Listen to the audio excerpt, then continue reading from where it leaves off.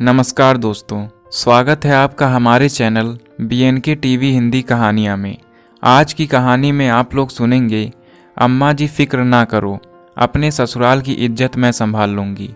कड़ाके की ठंड पड़ रही थी और सुबह के 7 बज रहे थे। घर की छोटी बेटी रचना की शादी अभी अभी हुई थी। दुल्हन को विदा कर दिया गया था और सारे रिश्तेदार जिसे जहाँ जगह मिली वहीं पर पसर कर पड़े हुए थे। शादी की थकान थी, इसलिए कई लोगों की खर्राटों की आवाज़ भी जमकर आ रही थी। ऐसा लग रहा था कि खर्राटों का भी कंपटीशन चल रहा हो। जबकि घर की बुजुर्ग और रिश्तेदार महिलाएं रजाई में दुबकी दुबकी ही चाय की चुस्कियों के साथ आपस में बतिया रही थी। जिन्हें कल रात तक ठंड नहीं लग रही थी और बन ठन कर इधर उधर घूम रही थी, वो सारी लड़कियां रजाई में घुसी हुई थी।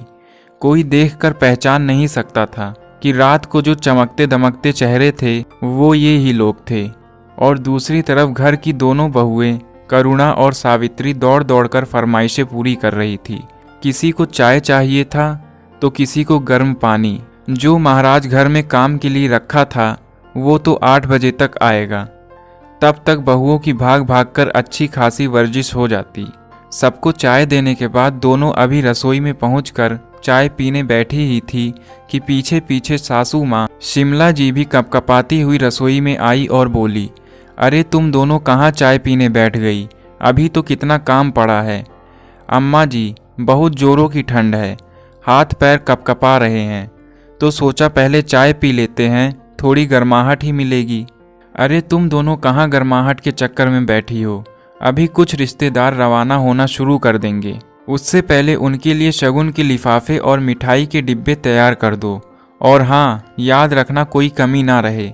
3 तरह के डिब्बे तैयार कर लेना। पिछली बार की तरह गलती मत करना, मुझे लोगों की बात सुनने की आदत नहीं। 3 तरह के डिब्बों की बात सुनकर छोटी बहू सावित्री ने हैरान होकर पूछा, 3 तरह के डिब्बे मतलब? तू चुप कर छोटी बहू रिया, कुछ पता तो है नहीं?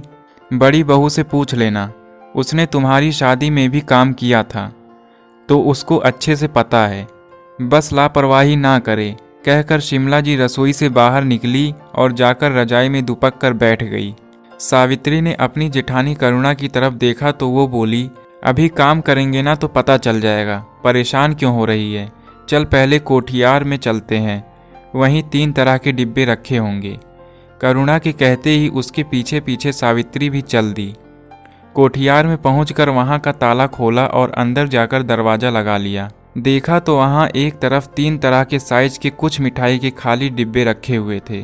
करुणा ने सावित्री से कहा, अरे सावित्री, उधर दरी बिछा दे, तब तक मैं लड्डू की ट्रे और मठरी का बर्तन लेकर आती हूँ। जब तक सावित्री ने दरी बिछाई तब तक करुणा लड्डू और मठरी के बर्तन लेकर आई।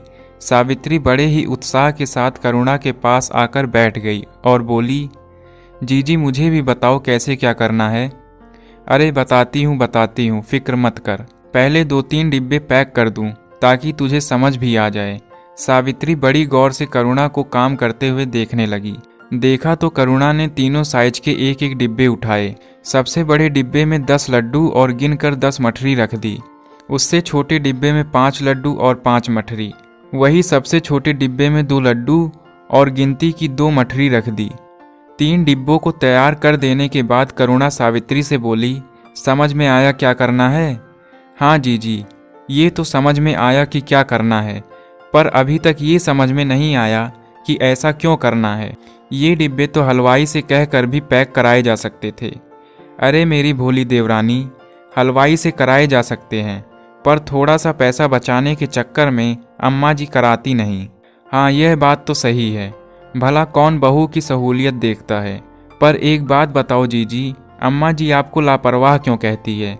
जबकि मैं तो शुरू से देखती आई हूँ, आप हर काम बहुत ही तरीके से और समय पर करती हैं। और ये 3 तरह के डिब्बे क्यों?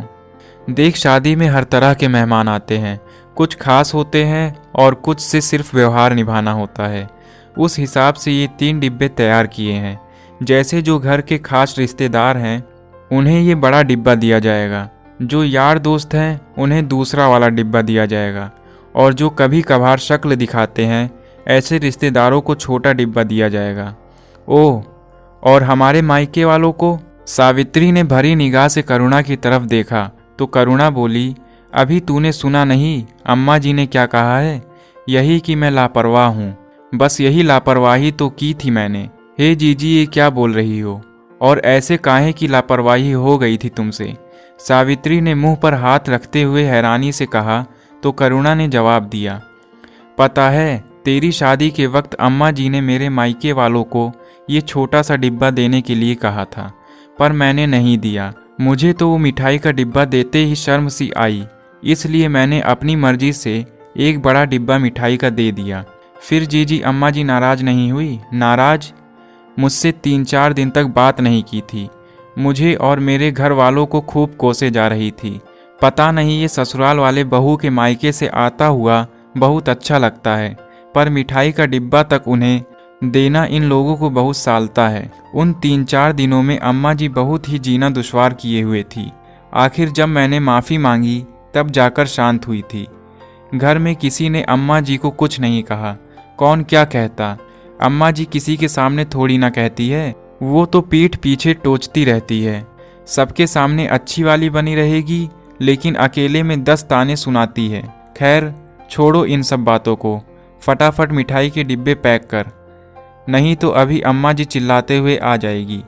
दोनों बहुओं ने मिलकर सभी मिठाई के डिब्बे तैयार कर दिए। अब धीरे धीरे सभी रिश्तेदारों को विदाई और मिठाई के डिब्बे अम्मा जी खुद अपने हाथों से देकर विदा कर रही थी।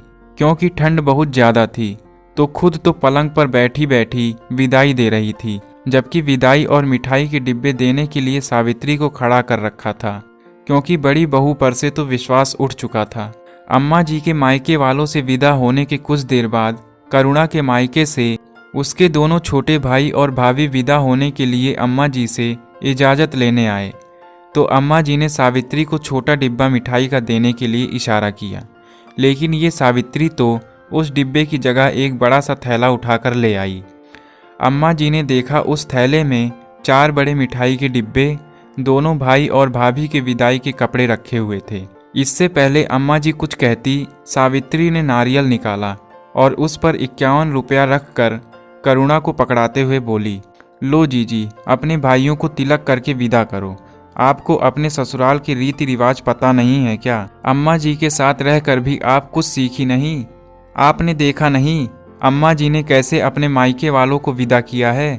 आखिर हमारे ससुराल वालों की भी इज्जत है।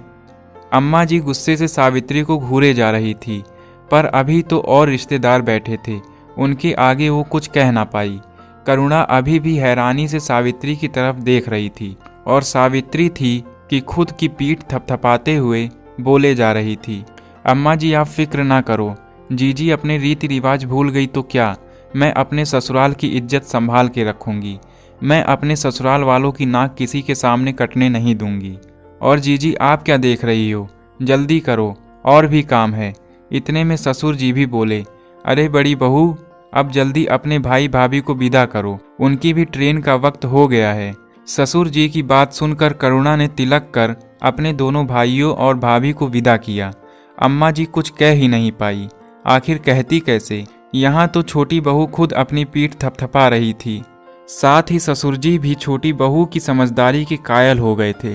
अम्मा जी के नाक पर गुस्सा 3-4 दिन तक जरूर रहा और मन ही मन कुड़ी रही थी कि कहाँ छोटी बहू से काम करवा लिया, पर जब देखा कि छोटी बहू इतनी बेशर्म है कि सास को मनाने की कोशिश भी ना करे, तो अपने आप ही वो चुप हो गई। तो दोस्तों, ये थी आज की कहानी। अगर आपको कहानी अच्छी लगे तो चैनल को सब्सक्राइब करें और बेल आइकन को प्रेस करें, जिससे हर आने वाली नई कहानी आप तक सबसे पहले पहुंचे। धन्यवाद।